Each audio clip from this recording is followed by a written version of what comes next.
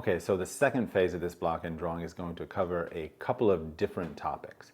We're first going to talk about how your values should actually look from a technical perspective in this stage, how your lines should look from a technical perspective in this stage, and also some of the pitfalls of this moment of the drawing and how to avoid them. Something that I notice in students' drawings over and over and over is that they will tend to accentuate certain areas from a value perspective, creating these accents throughout the drawing.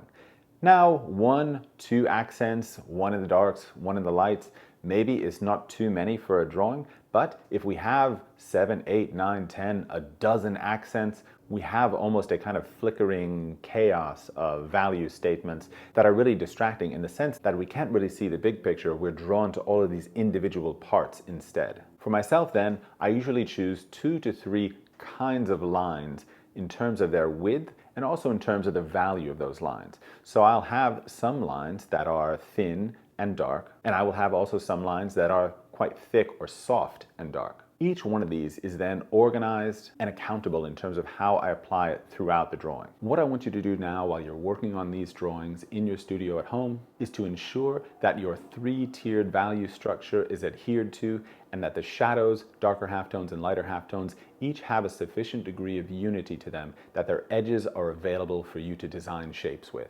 Also, I want you to look at your line quality.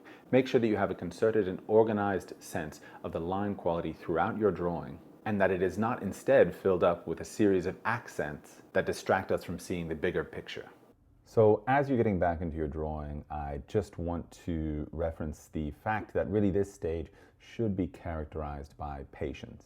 Now, I know that really probably I say this quite a lot because each stage wants its own degree or its own amount of patience. But what I want to say quite clearly about this one in particular is that we have now all the shapes that we're going to need actually to complete the drawing. So the features are there and described in depth from their component parts all the way to the entire big picture version of them. And so what we're in now is this moment where we need to just focus on refining those shapes that we do have there rather than adding more detail. So while we can elaborate the shapes, adding a little bit of nuance to them, a little bit of design to them, what we want to really hold back on is this sense of really kind of darkening different values. Rather, we would like to focus our attention, our sort of creative energy, on making the shapes more dynamic, more subtle, more nuanced, making the gestures of those shapes more naturalistic, rather than, say, adding a darker value into those shadows, which will then echo outward and necessitate darker halftones, which are going to bring us into a phase of the drawing that actually we really don't want to enter. It's worth noting here that a tendency that I notice among students for whom the block-in stage is something that they still need to practice and familiarize themselves in, is that this tendency to add value is something that I think we do when we run out of other things to pay attention to. This is why I just give the corrective advice that we should simply, at the moment, take off the table the possibility of adding darker and more diverse values. So let's take a look back over the kind of stated goals that we had, or what I would think of as kind of the priorities of a really great block-in. First, we talked about proportion and trying to solve the kind of major heights and widths, both of the entire portrait, but also inside the individual features. So the height and width of the nose, and also the height and width of the entire head. In order to accomplish that and make those observations confidently, we did a lot of cross-referencing. So by looking at individual angle breaks and seeing how they correlated to other angle breaks above and below that particular angle break, we were able to make very accountable observations about the relationships in between these shapes. And it also allowed us to make comparative measurements between particular widths and particular heights. This study of proportion that we engaged in started from the first moment that we made a mark on the paper and has really only finally concluded here in the final moments of this drawing. We can also remember what this project is really is a rehearsal for making a complete drawing. What we're doing here is breaking down the entirety of what the block-in process is and trying to optimize and make a block-in that effectively prepares us for subsequent stages, but is also in and of itself a really attractive and effective study of proportion.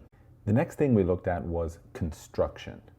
In order to show the construction of the head, we selected a 3-tiered value scale that would allow us to show both the planes within the light shape and also the way that the form responded or reacted to the primary light source by indicating areas that were hidden away from that light source, putting them into that category of shadow that we used our darkest value to indicate and organize. These 3 values then allowed us to show in a very impressionistic way the major planes of the head and therefore reveal its 3-dimensional structure. We also started out wanting to eventually focus on creating a clear and beautiful, harmonious sense of design. Some of the things that we focused on in order to help us achieve this goal was to try to bring everything along at the same level, which is to say, keeping the entire drawing, top to bottom and left to right, all at the same stage. There were not areas that were left as a block-in while other areas advanced into further refinements, kind of focused on that disciplined process that allowed us to take a kind of holistic view of the portrait as we were making it. We also focused on the unity of values in between those 3 tiers of values that we chose to organize the drawing within. By keeping these values unified, we accentuated the edges of the value shapes, showing them in stark relief from one another. This contrast in organization made those shapes more apparent and therefore easier to control the design of. The kinds of designs that we were looking for were more dynamic shapes rather than static shapes. We looked for gesture within those shapes, and we found that by simplifying the information that we extracted from the source photograph and focused on the interaction of line segments and angle breaks. That meant that we really needed to stay on top of, in particular, our line quality, making sure that each line quality was applied holistically to the entire drawing. So shadow edges look a particular way, contour lines look a particular way, and we're not creating accents here, there, and everywhere that kind of distract from our ability to focus on the whole. Your assignment at home in your studios then is to complete your block-in. Whatever happens after you finish this section of the drawing is really up to you. If you'd like to push forward and make a complete finished drawing out of it, we simply proceed from this stage by beginning to darken the values in the shadows and subsequently into the halftone shapes that are populating the light shape. Or if you'd like to take this drawing, trace it out, transfer it onto a canvas, and paint the portrait that you've made, you also have that option. Some of the pitfalls of this moment of the drawing I have mentioned earlier in the video, but bear repeating here. Try not to fall back on darkening value as a default setting in your drawing process. This exercise is really here to help you to focus even more on creating a certainty and complexity in shape design. Along with that, the very measured and regimented stages that we've gone through also help you to make judgments about proportion and construction, not all at once, but little by little. Instead of trying to break the entire bundle of twigs at once, we pull them out and break them one at a time. And each problem that we solve makes solving the big problem of making a beautiful drawing that much more simple.